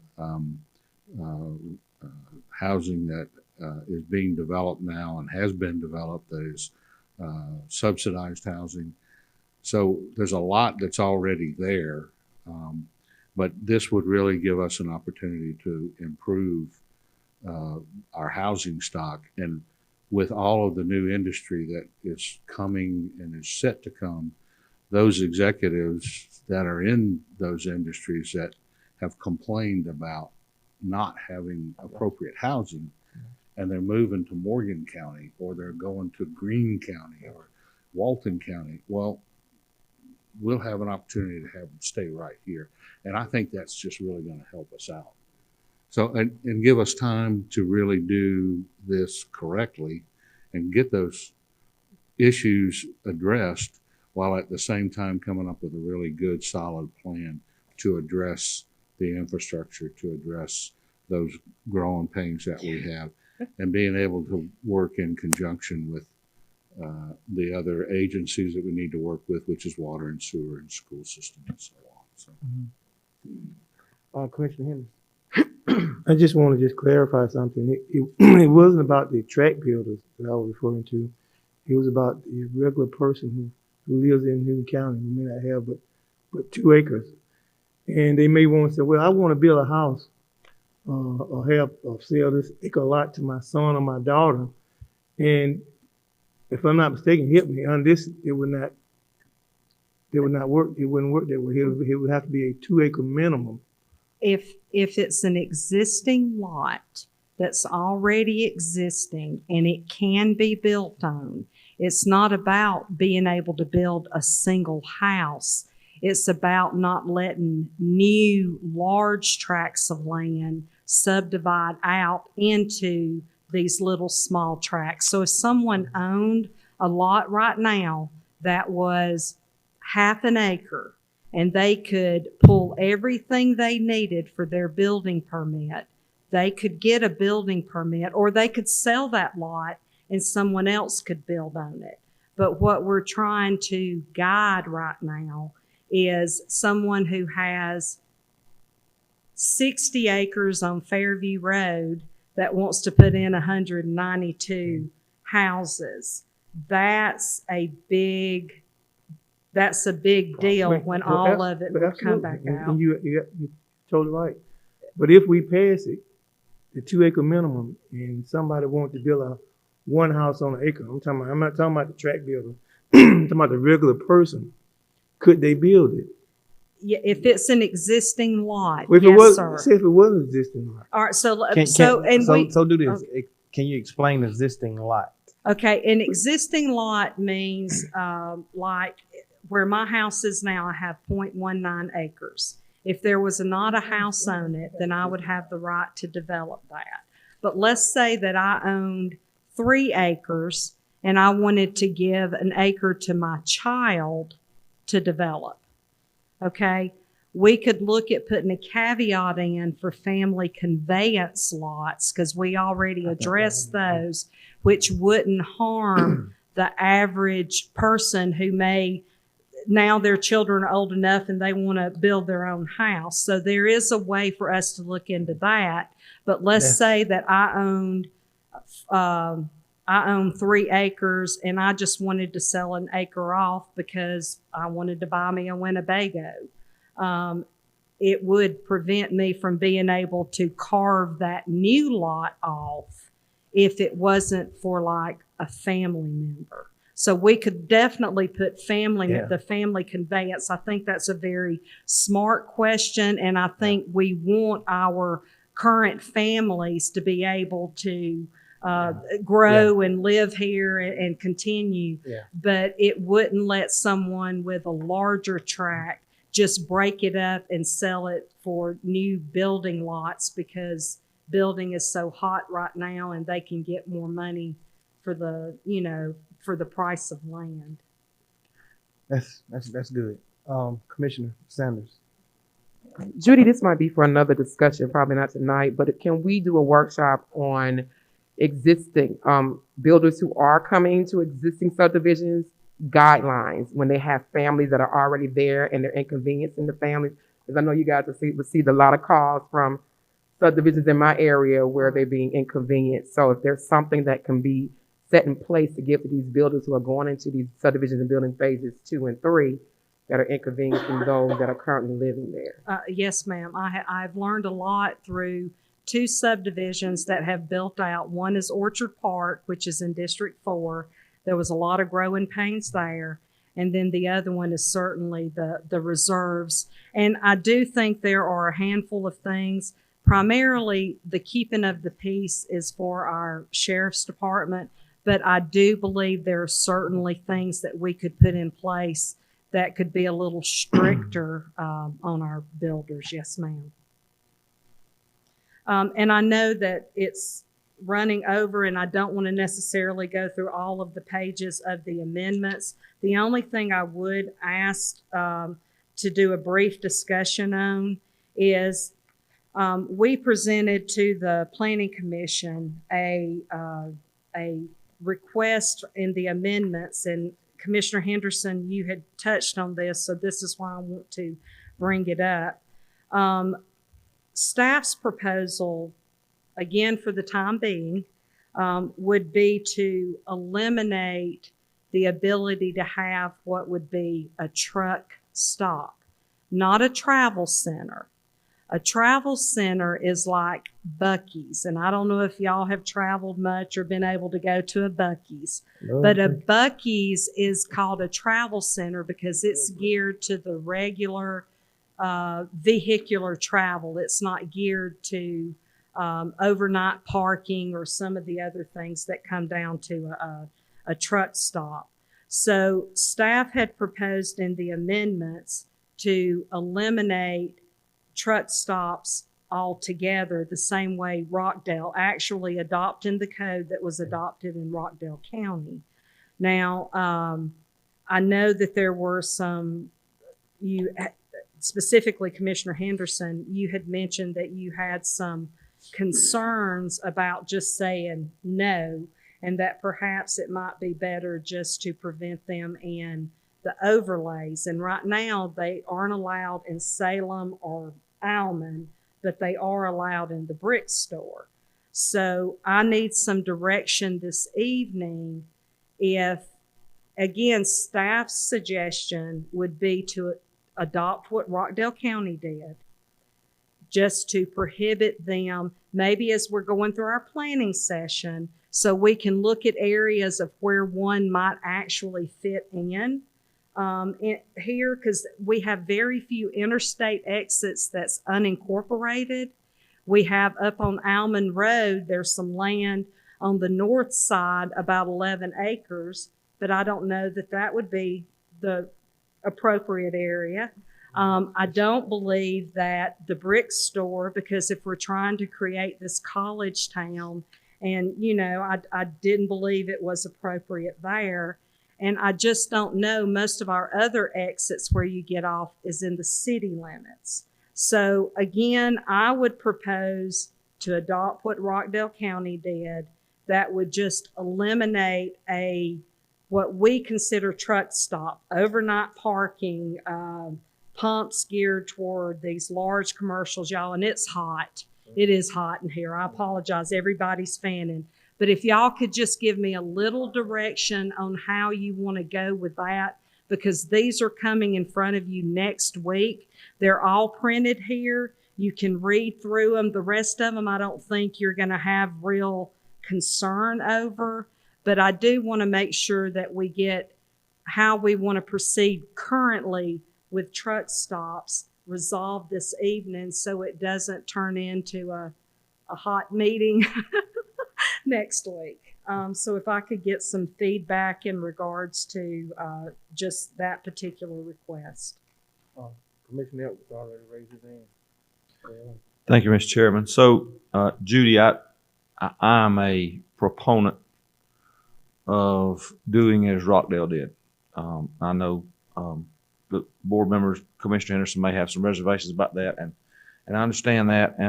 But at a minimum, I would ask the board support. At a minimum, I would ask the board support me in eliminating those from the brick store overlay. I would like to get that done for those constituents anyway. So I would just consider what staff has recommended, but I understand we have some reservations about that. So thank you, Mr. Chairman. Mm-hmm.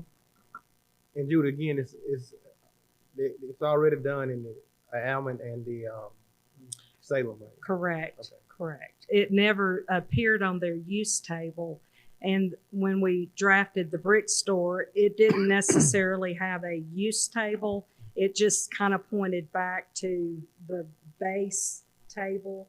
So again, it is allowed in that overlay, and I can't imagine an area in that overlay if we envision becoming this nice college town, a little Athens, or and all of the good development that will go there at the college. I just don't envision that to be a appropriate use for that area. Travel center, yes. Truck stop, no. Commissioner Sanders. I just had a quick question. So the reason why it wasn't put in the Alman and Salem is it because of the spacing? I just want to know what their initial no, ma'am, thought was. Those were done in 2010 and 2013. And other than Chamisa Business Park and the areas that we have right there that border Rockdale County that has some industrial zoning, there just wasn't enough of the heavy commercial zoning probably to have looked, and Salem Road probably would not have been appropriate because most of these look to go at the interstate. Anyone else?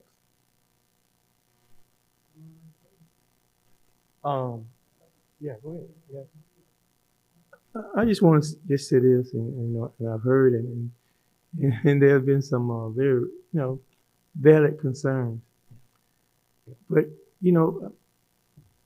government has been taking over, I think, this entire county.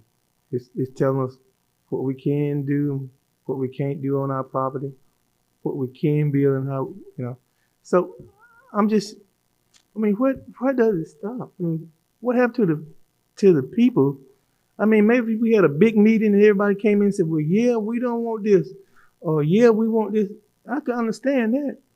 But to take it and put over the whole county, and I tell you what may be good for my friend district may not be good for District 4. Maybe what's good for District 5 may not be good for District 4. What may be good for District 1 may not be good for District 4. So I think, once again, the government just saying, well, hey, you're going to have to do this. And we're going to put everybody in it. And I don't think this way that our government is intended to be. So if I'm understanding Commissioner Henderson, you would prefer us to allow the use in the regular table, not to take it out completely, but would you still consider passing it if we change it to just removing it from the brick store overlay? So, okay. And I think that for now, that's an agreeable solution. So I will make those modifications and changes. These will be coming out tomorrow, probably tomorrow. We'll get that shored up pretty quickly because you're supposed to be considering this next Tuesday evening. Okay. Yes, ma'am. Commissioner Samuels. I just have a quick question for another workshop, not tonight, so we'll have to go on. Is there a way that we can build a relationship with Rockdale County Planning and Zoning? Because it affects my district. Because anytime they build, it's like the gas station that's on Fairview now, the Shell station. Anytime they build, I get calls, people thinking it's in District 3, but it's really Rockdale. So we don't know these things that are coming, like they're building more homes. That's all on the borderline of District 3, which is affecting the traffic and so much more. So is there a way that both planning and zoning can build a relationship so we can inform the citizens of what's coming from Rockdale that can affect Newton? Absolutely. And we Okay. can also request that, while I thoroughly believe we have lots of great relationships with our neighboring communities, but we can also just ask for them to periodically give us lists of new projects that have come in. Yes, ma'am. You have anything, Commissioner Cowell? Okay. You have anything, Commissioner Mason? You have anything, Commissioner Edwards?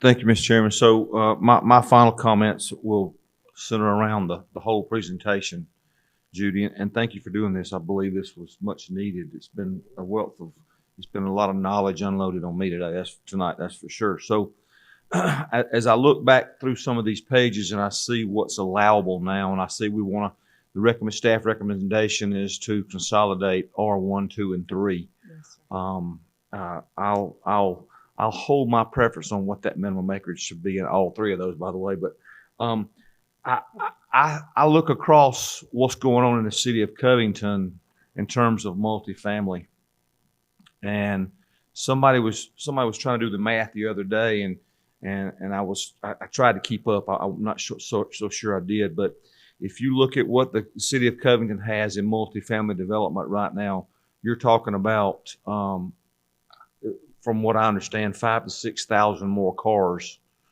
in a 3-mile radius on a daily basis. Now I know we approved something in Commissioner Henderson's district, multifamily, a couple of months back, and I believe that was needed for the studio type residents out that way. That is the only reason that I went with that. It made common sense. But I would strongly urge this board to consider the elimination of multifamily in our county altogether. And then and lastly, let me say, it's estate lots, and I won't say a minimum lot size, but there's a gentleman in my district that sold estate lots over the last year and a half, and if he'd have had 1,000 of them, he could have sold them, 5 to 10 acres. He could have sold every one of them. So there is a demand for estate type lots.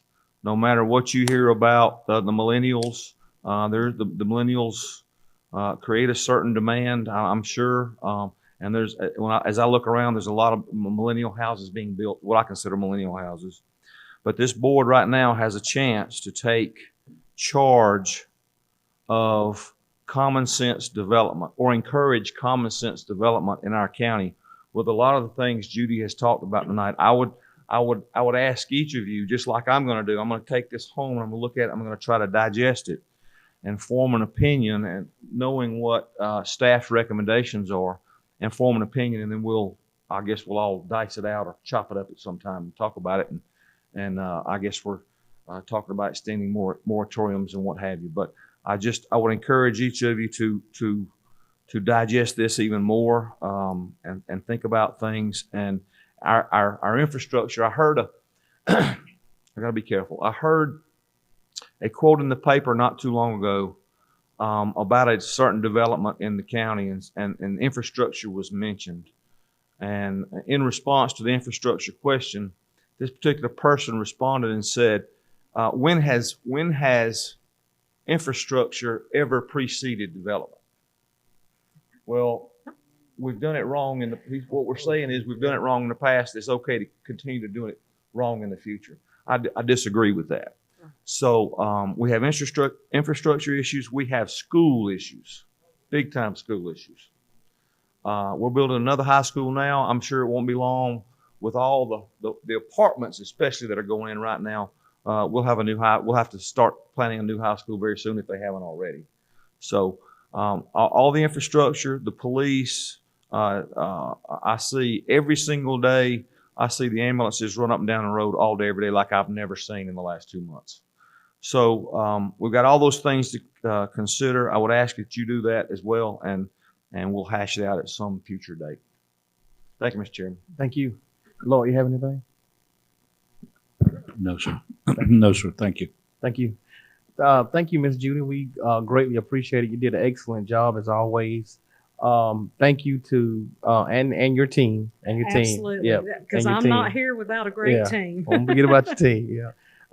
And I thank this board for considering smart growth. Whatever we do, we want to make sure we do smart growth here in the county. You had something? Go ahead. I want to thank everybody for all joining together and praying for my son, John Henderson, who last week he was in a very bad accident, and he was in a coma for 5 days this time. Last time he went for 11 days. And we started calling people and asking to pray for him. I'm pretty sure Miss Jackie sent you the email and everybody. Yes, sir, and I have. And I want this person to thank everybody who prayed for my son. And believe it or not, when they started praying, that boy got up and called me. Wow. So prayer do save people. Thank you. Wow. That's awesome. That's awesome. But again, yeah, thank all of you definitely for considering smart growth. Nothing else, we seek a motion that we adjourn. Been motion by Commissioner Henderson and second by Commissioner Mason. All in favor? 5-0. Who's Stand going adjourned. home to getting some